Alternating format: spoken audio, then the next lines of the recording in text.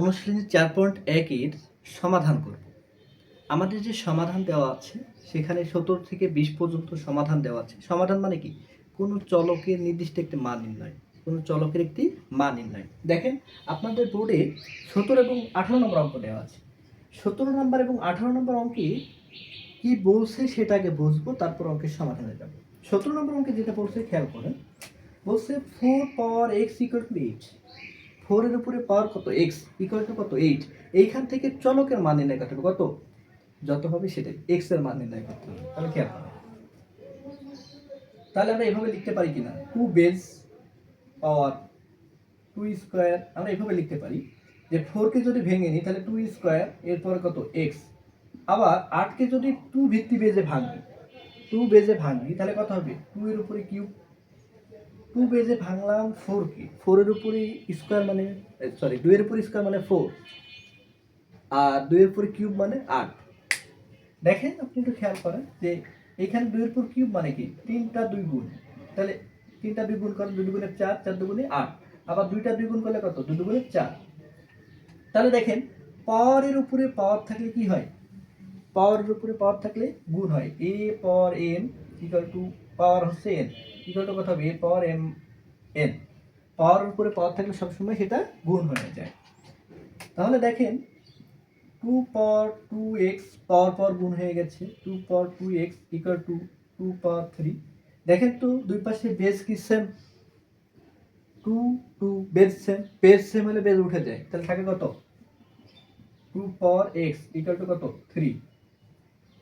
2x equal to 3। তাহলে 2x equal to যদি 3 হয় তাহলে আমাদের চলকের মান নির্ণয় করতে হবে, যেটুকু করছি কি সমাধান। তাহলে কি হবে? 3/2, কারণ 2 গুণ ছিল এই পাশে ভাগ হয়ে গেছে। এই হচ্ছে 17 নম্বর অঙ্কের সমাধান। 18 নম্বর অঙ্কে কি বলছে দেখেন। 18 নম্বর অঙ্কে বলছে 2 পাওয়ার 2x plus 1 equal to 128, 128। 2 power 2x plus 1, এই একটা মান আর একটা মান কত দেওয়া আছে? 128। এখন আমাকে এই 128 কে কত, এখানে বেস কত? 2। 128 কে 2 বেজে ভাঙতে হবে।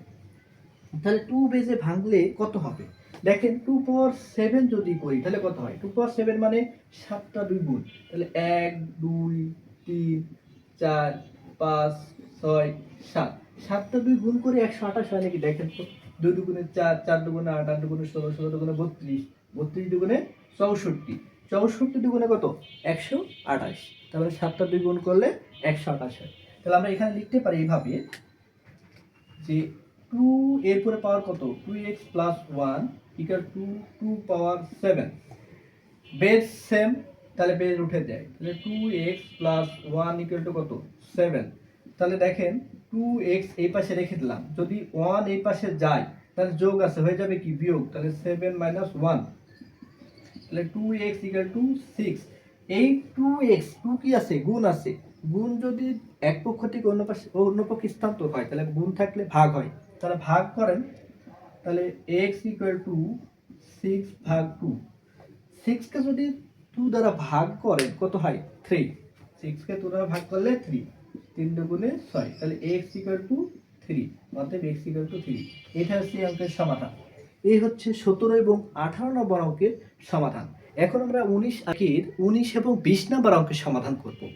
19 এবং 20 নম্বর অঙ্কে বলছে সমাধান করো। আসেন 19 নম্বর অঙ্কে কি বলছে সেটা দেখি।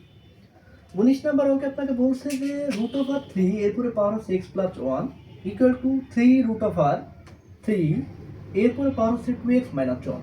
আমরা এখানে একটা জিনিস শুধু জানবো। আমরা জানি যে কোনো কিছু পরে রুট থাকলে সেটার মান হচ্ছে শুধু পাওয়ার অন হয়ে হাফ হয়ে যায়। রুট আবার যদি এটা থাকে তাহলে হয়ে যায় 1/2, পাওয়ার হয়ে যায় হাফ। আবার n√a থাকলে পাওয়ার হয়ে যায় হচ্ছে 1/n। 1/n বলতে এখানে যে মানটা থাকবে, এই যে রুটের যে মানটা থাকবে, এই মানটা হয়ে যাবে কত? যে বেজ থাকবে এই বেজের উপর পাওয়ার হবে কত? 1/, যেটা ইয়ে থাকবে মান থাকবে সেই মানটা। খেয়াল করেন তাহলে বুঝতে পারবেন। তাহলে দেখেন 3√, মানে শুধু হচ্ছে 1/2, তার মানে এরকম আছে 3 পাওয়ার হাফ x প্লাস 1, এর পাওয়ার তো দেওয়া ছাড়া একটা 3 ওইতে n মানে কত? 3, a মানে কত? 3, a 1/n, তার মানে কত? 1/, 3, এরপরে পাওয়ার কত 2x মাইনাস 1। দেখেন আরেকটা জিনিস হচ্ছে পাওয়ারের উপর যদি পাওয়ার থাকে পাওয়ার n থাকলে পাওয়ারের উপর পাওয়ার থাকলে সেটা গুণ হয়ে যায়। তাহলে গুণ করেন, 3 এর উপরে পাওয়ার হচ্ছে হাফ, এরপরে পাওয়ার কত x প্লাস 1, তাহলে 3 পাওয়ার x প্লাস 1 2 গুণ করলে এটাই হয় equal to 3 power 2x minus 1 into 3। এইটা কেন হলো আপনার প্রশ্ন আসতে পারে, এইটা কেন হলো। দেখেন আপনি যদি এই পাওয়ারের পাওয়ার গুণ করেন তাহলে x প্লাস 1 ইন্টু হাফ, তাহলে হাফ যদি এটার সাথে গুণ করেন তাহলে x প্লাস 1/2। একইভাবে 2x মাইনাস 1 হচ্ছে 1/3 সাথে গুণ করলে কি 2x মাইনাস 1/3 বোঝা গেছে। এখন একটু খেয়াল করেন, দেখেন এইখানে বেস 3, এই পাশে কত বেস 3, তাহলে বেস কি সেম, তাহলে বেস সেম হলে বেস উঠে যাবে, তাহলে থাকবে কি শুধু পাওয়ার। তাহলে x প্লাস 1/2 এটার পাওয়ার হচ্ছে এটা, এই পাশে পাওয়ার হচ্ছে 2x মাইনাস 1/3।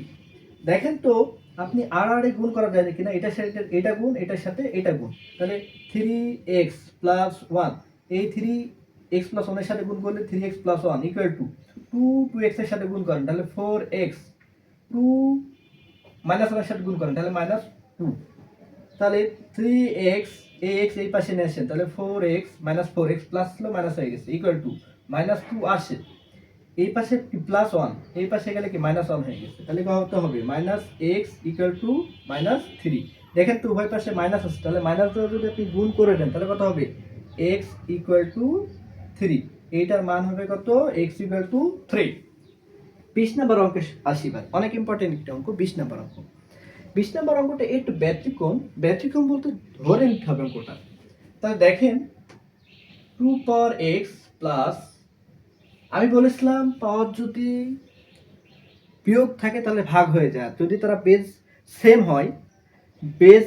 সেম হয় এবং তারা যদি ভাগ আকারে থাকে তাহলে পাওয়ার বিয়োগ হয়। কেমন একটু খেয়াল করেন, দেখেন বেস সেম, এ বেস এটার বেস এ, দুইটার বেস এ, পাওয়ার কি হবে এটার পাওয়ার m এটার পাওয়ার n, ভাগ আকারে থাকলে পাওয়ার হবে হচ্ছে বিয়োগ m মাইনাস n। যদি বিয়োগ থাকে তাহলে হবে ভাগ, আর যদি ভাগ থাকে তাহলে হবে বিয়োগ। তাহলে দেখেন 2 পাওয়ার 1 divided 2 power x equal to 3, এইটা থেকেই তো এটা হয়েছে পেজ সেম 2 2, তারা ভাগ আকারে পাওয়ার কি হয়েছে বিয়োগ, তাহলে বিয়োগ ছিল ভাগ হয়েছে। আবার খেয়াল করেন, তাহলে আপনি এখানে একটু কাজ করতে পারেন, এইটা যদি আপনি টোটালটাকে a ধরেন, এইটাকে যদি a ধরে নেন, 2x কি সেম, তাহলে আপনি ধরে নেন, মনে করি 2 পাওয়ার x ইকুয়াল টু a, তাহলে এখানে মান বসান, তাহলে a plus 2/a equal to 3, এই দুটো লসাগু করেন, লসাগু করলে হবে কত a, তাহলে a n এসে কত 1 দিয়ে ভাগ করেন, তাহলে a গুণ করলে হয় হচ্ছে a স্কয়ার প্লাস a দ্বারা ভাগ করেন 1 তো এর সাথে গুণ করলে 2 ইকুয়াল টু 3। তাহলে দেখেন a স্কয়ার প্লাস 2, এইটার সাথে এটা গুণ করা যায় তাহলে কত হয় 3a, 3a কে এই পাশে নিয়ে আসেন তাহলে a square minus 3a plus 2 equal to 0। কারণ কি প্লাস 3 এই পাশে ছিল প্লাস, এই পাশে এসে কি হয়ে গেছে মাইনাস। যদি পক্ষের স্থানান্তর হয়, কোনো ডান পক্ষ থেকে বাম পক্ষ বা বাম পক্ষ থেকে ডান পক্ষে আসে তাহলে চিহ্নের পরিবর্তন হয়, তাহলে প্লাস হয়ে গেছে মাইনাস। এখন আপনি এইটাকে উৎপাদকে বিশ্লেষণ করেন, উৎপাদকের বিশ্লেষণ নিয়ম হচ্ছে দুই প্রান্তের গুণফল করার পরে আমরা দেখব মধ্যে কত আছে, দুই প্রান্তের গুণফল মধ্যবর্তী যোগ বা বিয়োগ ফলের সমান। তাহলে আমরা দুই প্রান্তের গুণফল করব কত 2a স্কয়ার, আমাদের লাগবে কত মাইনাস 3a, তাহলে আপনার এখানে 2a কে কত 2, তাহলে 2a কে 2 যদি হয় তাহলে 2 আর 1 যোগ করলে কত হয় 3 হয়, কারণ আমাদের চিহ্ন মাইনাস, এই জন্য কি করলাম -2 -1 যোগ করলে কত -3। তাহলে দেখেন a square minus 2a minus a plus 2 equal to 0।